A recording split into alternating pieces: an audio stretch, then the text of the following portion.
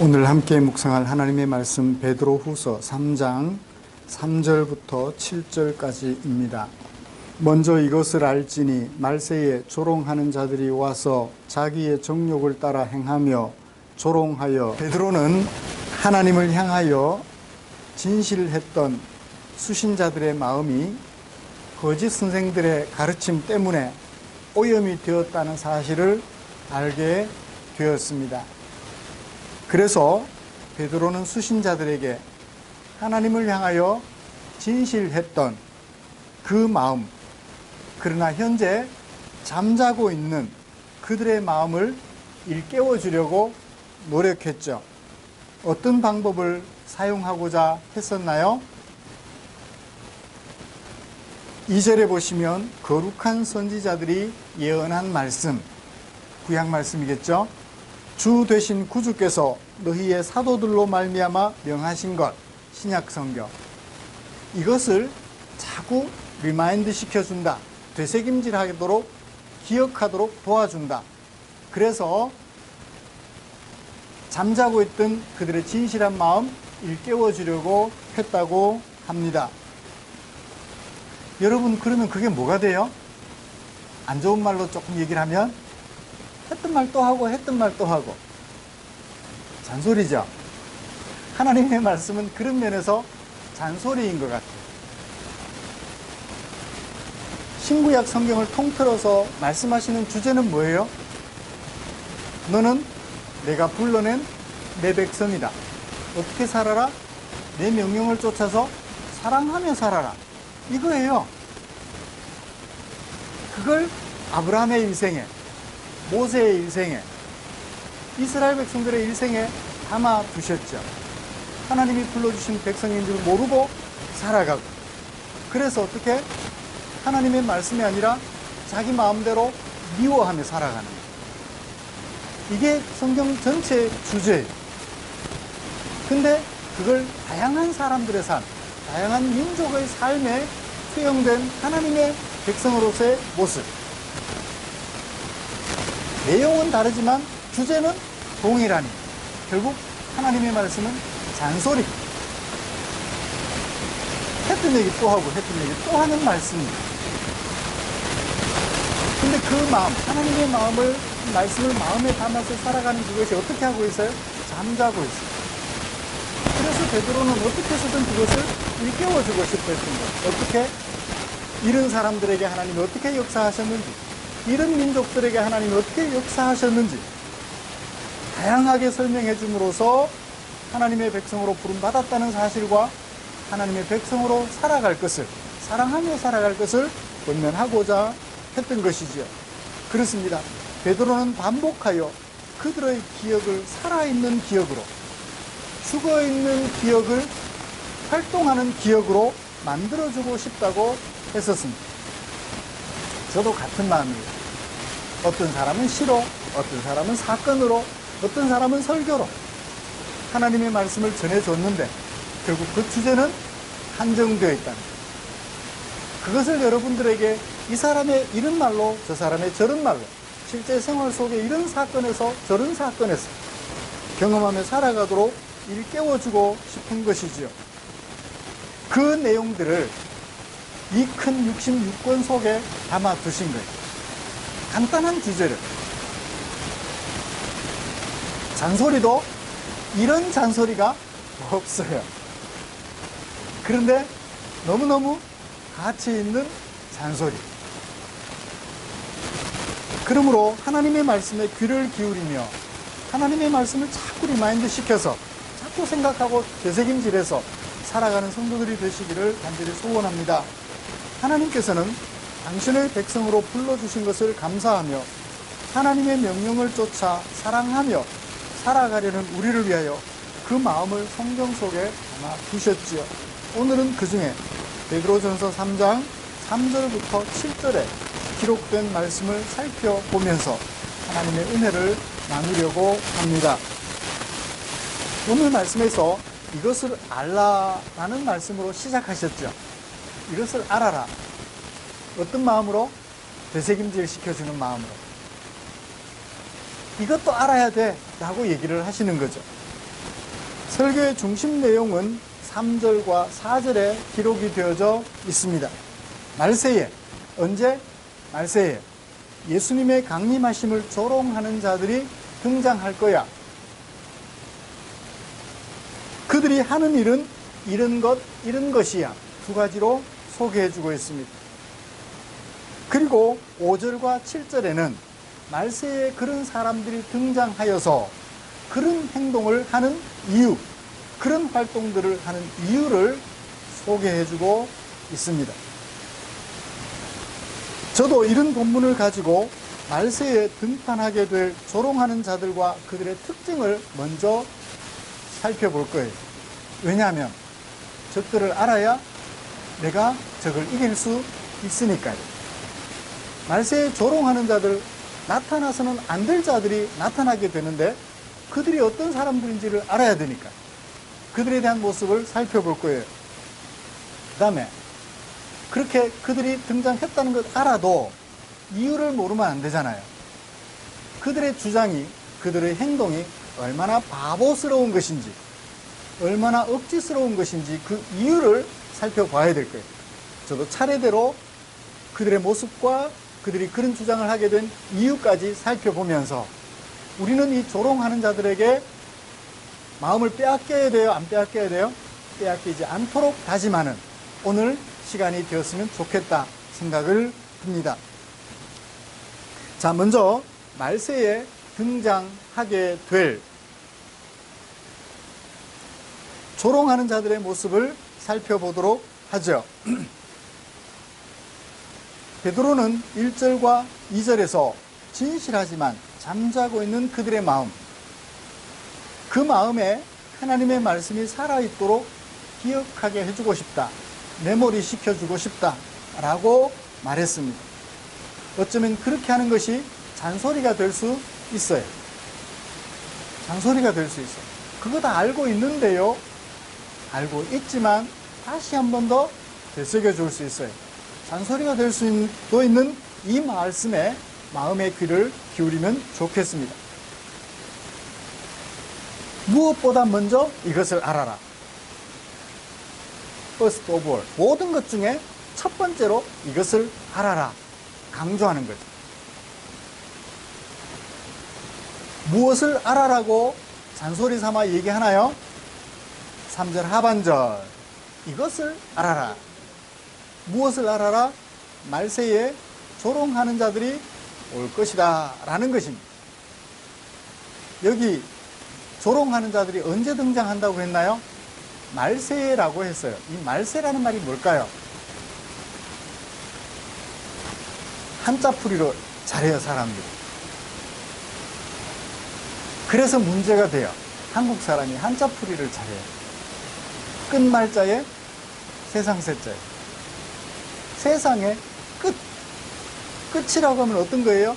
여기서 여기까지 있는데 여기서 시작해서 여기 갔을 때 여기가 끝인 줄을 생각해요. 그래서 말세를 여기라고 생각해요. 말세. 과연 그럴까요? 말세라는 말은 긴 날들 중에, 많은 날들 중에 어느 한 날이나 하루 중에 한 때를 말하지 않습니다. 23시 59분이 말세인가요? 그날의 끝날인가요? 그런 얘기가 아닙니다. 베드로가 사용한 이 말세라는 말은 형용사와 명사가 두 개가 합쳐졌어요. 마지막이에요. 마지막의 날들이라는 말이에요. 마지막의 날들. 그러니까 한 날이 아니라 마지막이라는 날들, 끝이라고 할 수 있는 날들을 말세라고 말을 하는 것입니다. 날들이니까 한 날이 아니고 날들이니까요. 일정한 기간을 마지막까지의 날들이라고 표현을 하는 것 같습니다. 그렇다면 여기 마지막까지의 날들은 언제부터 언제까지 날들을 말할까요? 예수님께서 재림을 약속하신 그 날로부터 예수님의 재림이 약속이 완성되는 그날까지의 날들을 마지막까지 날들이라고 표현을 하는 거예요. 그걸 말세라고 말을 하는 것입니다. 영어 성경은 그렇게 번역해 두었어요. In the last days. 마지막 날들. 마지막의 날들. 예수님이 재림을 약속하신 그날로부터 재림 약속이 완료되는 그날까지의 전체 날들을 말세라고 말을 한다는 것입니다. 그러므로 조롱하는 자들은 언제부터 등장하기 시작했어요? 예수님의 재림 약속이 있던 그날부터 등장해서 언제까지? 재림이 완료될 때까지 계속해서 등장할 거예요. 언제 사라졌나 싶은데 또다시 등장하고, 이 민족에게는 사라졌나 싶은데 저 민족에게 등장하고. 이 말세라는 것은 그런 의미를 가지고 있다는 것을 마음속에 새기시기를 바랍니다. 이 말세에 등장하는 자들이 어떤 자들이라고요? 조롱하는 자들이라고 말했습니다. 조롱하는 자들. 4학년쯤 되면 조롱한다라는 말 알고 있을까? 그렇지, 조롱하는 거. 뭐 한다고 조롱해? 어떤 경우에 조롱해?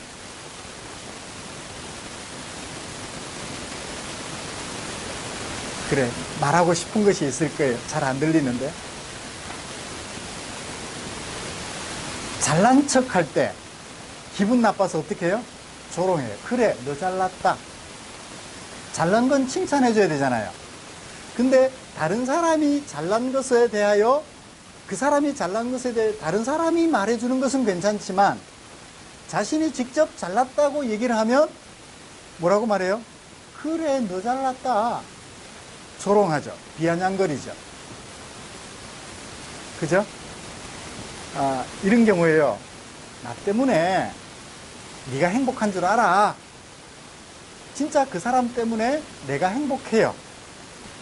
그죠? 진짜 그 사람 때문에 내가 행복한데 그 사람이 나한테 나 때문에 행복한 줄 알아 라고 얘기를 하면 기분 좋아요? 안 좋아요? 안 좋아요. 그래, 속으로. 겉으로는 말 못해도 속으로 조롱해요. 그래, 너 잘났다. 조롱이라는 것은 그런 의미가 있죠. 그러니까 자기 기분 나는 대로, 자기 마음 생각나는 대로 말해버리는 것. 정말 그 사람 때문에 내가 행복하다면 그래, 그 말 맞아 라고 생각해놓고 진짜 불편하면 그 말이 조금 듣기는 그래 라고 얘기를 하면 되잖아요. 근데 아예 말 섞기가 싫은 거죠. 이 조롱하는 자들은 그런 의미를 가지고 있습니다. 어떤 의미냐면 비웃다, 냉소적이다, 그런 뜻이에요. 상대방에 대하여 존중하는 마음이 전혀 없어요. 자기가 알고 있는 것 상대방이 모른다 하여 비웃는 거예요. 그것도 몰라? 그것도 말이라고 하는 거야? 내가 보기에 너는 틀렸어. 그 자리에 있으면 안 돼. 그래서 조롱하는 거예요. 조롱하다가 안 되면 어떻게 해요? 저항해요. 뒤집어 엎으려 해요. 그래서 내 세상을 만들려고 해요. 이게 조롱이에요. 조롱은 누가 해요? 힘없는 사람이 해요. 거짓의 사람들이 자신의 입지를 확보하기 위해서 내놓는 게 조롱이에요. 마지막 날들에 이런 조롱하는 자들이 등장합니다. 자, 이렇게 조롱하는 자들이 하는 일에 대하여 베드로는 뭐라고 말하고 있나요? 3절 하반절과 4절에서 두 가지로 소개해주고 있습니다. 이 사람들은 뭘 해요? 행동해요. 몸으로 행동을 합니다. 어떻게 행동하나요? 무엇을 따라 행동해요? 자기의 정욕을 따라 행동해요. 예수를 믿는다는 얘기는 자기 마음속에 가득한 자기의 정욕을 어떻게 한다? 비워낸다는 것, 버린다는 거예요. 예수를 믿는다는 것은 내 마음속에 끓어오르는 내 생각, 내 정욕들을 비워버린다. 그리고 그 자리에 뭘로 채운다? 하나님의 마음으로 가득 채운다. 무엇까지도 사랑하라는, 원수까지도 사랑하라는 하나님의 말씀으로 비워진 내 마음에 가득하게 채우는 것을 말해요. 예수 믿기 전 우리의 마음속에는 무엇에 대한 갈망이 가득하나요? 성에 대한 욕구로 가득해요. 예수 믿기 전 내 마음속에는 어떤 생각으로 가득하나요? 어떻게 하면 돈을 벌 수 있을까? 그 생각으로 가득해요. 예수 믿기 전 내 마음속에는 어떤 생각이 가득해요? 어떻게 하면 공부를 잘할까? 어떻게 하면 좋은 성적을 받을 수 있을까? 그래서 노력해도 안 되면 나중에는 뭐해요? 컨닝까지도.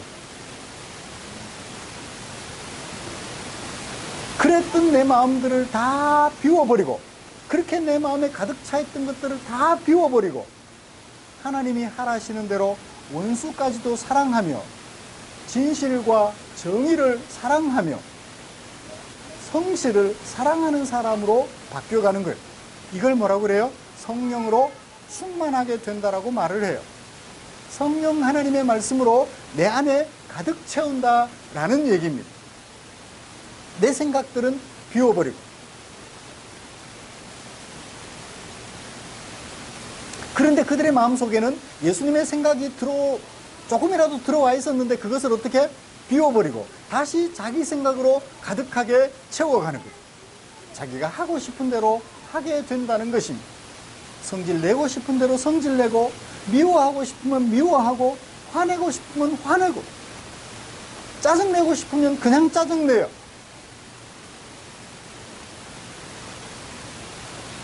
이것이 어떤 자들이다? 조롱하는 자들의 모습이다. 서로 헐뜯고 미워하고 네가 잘 되는 것 지켜보지를 못해요. 그 다음에 그들은 또 뭐 하나요?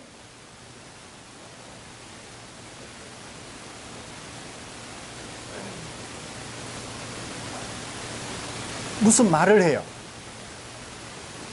무슨 말을 해요? 4절. 무슨 말을 해요? 주께서 강림하신다는 약속이 어디 있느냐? 있다는 말입니까? 없다는 말입니까? 없다는 말.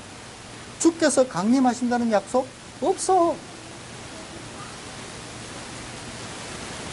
무엇을 근거로 그 말을 하나요? 조상들이 잔 후로부터, 조상들이 죽은 후로부터 만물이 창조될 때처럼 뭐가 그냥 있어요? 만물이 그냥 있어. 그냥 있잖아. 뭐 예수님이 재림하기는 재림해. 재림하면 모든 것이 없어져야 되는데, 심판을 위해서 오신다 하니까 뭐 없어져야 되는데 만물이 그냥 있잖아. 만물이 그냥 있잖아. 그러므로 예수님의 재림은 있다 없다? 없다 라는 말로 사람들을 호도하는 거예요. 자, 이 조롱하는 사람들의 특징을 잘 살펴보십시오. 꼭 기억해야 됩니다. 그래야 분별할 수 있고, 그래야 따라가지 않을 수 있어요. 그들은 자기들의 정욕을 따라 행해요. 어떻게 하면 돈을 벌 수 있는가? 어떻게 하면 무리 속에서 내가 1등이 될 수 있는가? 어떻게 하면 내가 장로가 될 수 있는가? 어떻게 하면 내가 목사가 되어서 호령할 수 있는가? 독재할 수 있는가? 한국교회는 하도 목사님들이 독재를 많이 해서 성도들 중에 한 사람일 뿐이에요. 목사는 성도들의 대장이 아니고 성도들 중에 한 사람일 뿐이에요. 무엇을 섬기는? 성도들이 하나님의 말씀을 잘 알 수 있도록 섬기는 직무를 맡은, 성도들 돈 관리, 헌금한 것을 잘 관리하도록 맡으신 분들은 재정 집사님들, 재정 장로님들, 재정부에 목회부 한 부분을 맡아서 섬기는 사람일 뿐이에요. 근데 전체를 호령하는 지휘자가 되어서 독재를 하기 좋아하죠. 그래서 장로하다가도 마음에 안 차면 뭐예요? 목사가 되려고 하는 거예요.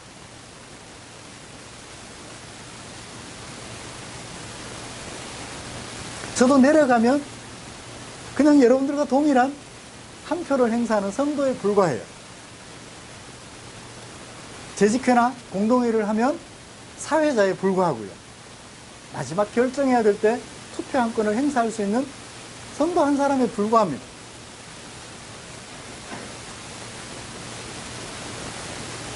모든 것이 자신이 다른 사람들보다 뛰어나야 된다, 경쟁에서 이겨야 한다는 그 생각에 물불을 가리지 않고 필요하면 뭐도 해요? 거짓말도 해요.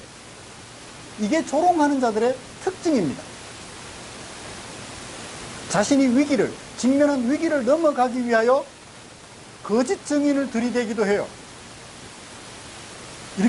이렇게 했다고 말 좀 해줘. 거짓 증인 준비하는 거죠. 왜 그런 말 하나요?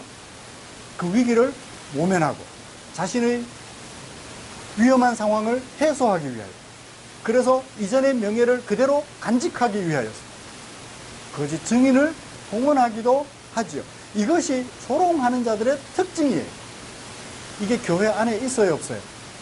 교회 안에 있어요. 이게 문제예요. 교회 밖에서 그러면 괜찮은데 교회 안에 그런 사람들이 있다는 거예요. 정치를 하는 분들은 어떻게 하면 국민을 사랑하고 서로를 존중하여서 국민을 사랑하는 정책들을 내놓을까, 법안들을 만들까, 그걸 생각해요. 판사 성도님들은 어떻게 하면 공평정대하게 판단할 수 있을까, 재판할 수 있을까, 그걸 하나님 말씀 앞에서 연구하고, 성경 속의 선례들은 어떤 것이 있는가, 학자들은 성경 속에서 사회윤리는 어떠했으며 경제윤리는 어떠했던지 연구해서 하나님의 사랑이 사람들 속에 가득하게 펼쳐질 수 있도록 돕는 거죠. 근데 이 조롱하는 자들은 교회 안에 있으면서 그러지를 못해요. 여전히 자기 정욕을 따라, 자기 생각을 따라요. 내 생각에는 안 그래요. 내가 생각하는 하나님의 생각은 이렇습니다 라고 얘기를 하면 그래요? 다시 한번 살펴봅시다 하면 되는데 내 생각에는 안 그렇대요. 그래서 어떡하라고? 우리 무리는 개모임이 아니잖아요. 그죠? 동기의 모임이 아니에요. 예수 안에 맺어진 하나님의 백성들의 모임이라고. 내가 생각하는 하나님의 말씀은 이렇습니다. 그런가요? 다시 살펴봅시다. 정말 그런가요? 그렇군요. 제가 잘못 생각했습니다. 하나님 말씀 앞에 계속 교정하여서 하나의 공동체를 만들어가는, 누구의 공동체? 하나님의 공동체를 만들어가는 그런 곳이어야 하는데, 그런 곳 안에 조롱하는 자들이 들어와서 교회 분위기를 사람들의 무리, 동기회나 개모임 정도로 전락시키고 마는 일들이 지금도 있다는 거예요. 베드로는 그걸 걱정했던 거예요. 자기가 섬겼던 수신자 공동체가 잠자고 있는 거예요. 예수님이 어떤 분인지를 알고는 있는데 그걸 어떻게 해요? 마음속에 잠재워 놓고 생각을 안 해요. 그래서 베드로가 말합니다. 일깨워주고 싶다. 그래서 계속해서 리마인드 시켜주고 싶다고, 생각나도록 해주고 싶다고.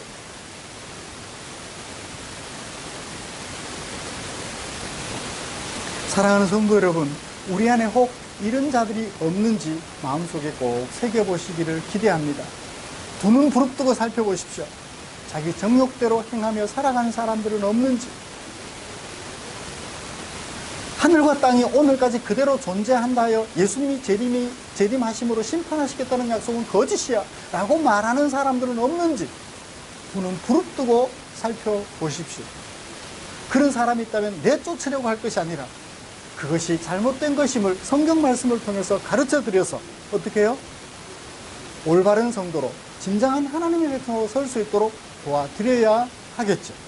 그래서 어제보다는 오늘, 오늘보다는 내일 더욱 성숙한 교회로 세워가야 할 것입니다. 그런 우리 교회가 되기를 간절히 소원합니다. 그러면 조롱하는 자들은 왜 이렇게 자기 정욕을 따라 행하며 왜 이렇게 예수님의 재림을 부정할까요? 뭔가 생각이 잘못된 게 있겠죠? 그러니까 그렇게 하죠.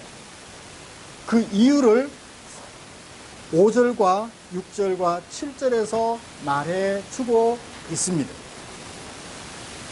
이는 왜냐하면 그들이 그렇게 말하는 이유는 하늘이 옛적부터 있다는 것, 하늘이 옛적부터 있다는 것. 어떻게 형성된 땅과 하늘? 땅이 물에서 나와 물로 말미암아 하나님의 말씀으로 성립되었다는 것. 하나님의 말씀으로 땅이 물에서 나와 물로 성립되어서 하늘이 옛적부터 있게 되었다는 그것을 주어 그들이 뭐하려 함이로다? 잊으려 함이로다. 그들이 잊어버리려고 의도적으로 애쓰는 거예요. 무엇을 잊어버리려 해요? 하나님의 말씀으로 말미암아 하늘이 옛적부터 있다는 거예요. 하나님의 말씀으로 말미암아 땅이 물에서 나와 물로 성립되었다는 것, 그것을 잊어버리려 한다. 어떻게 잊어버리려 해요? 일부러,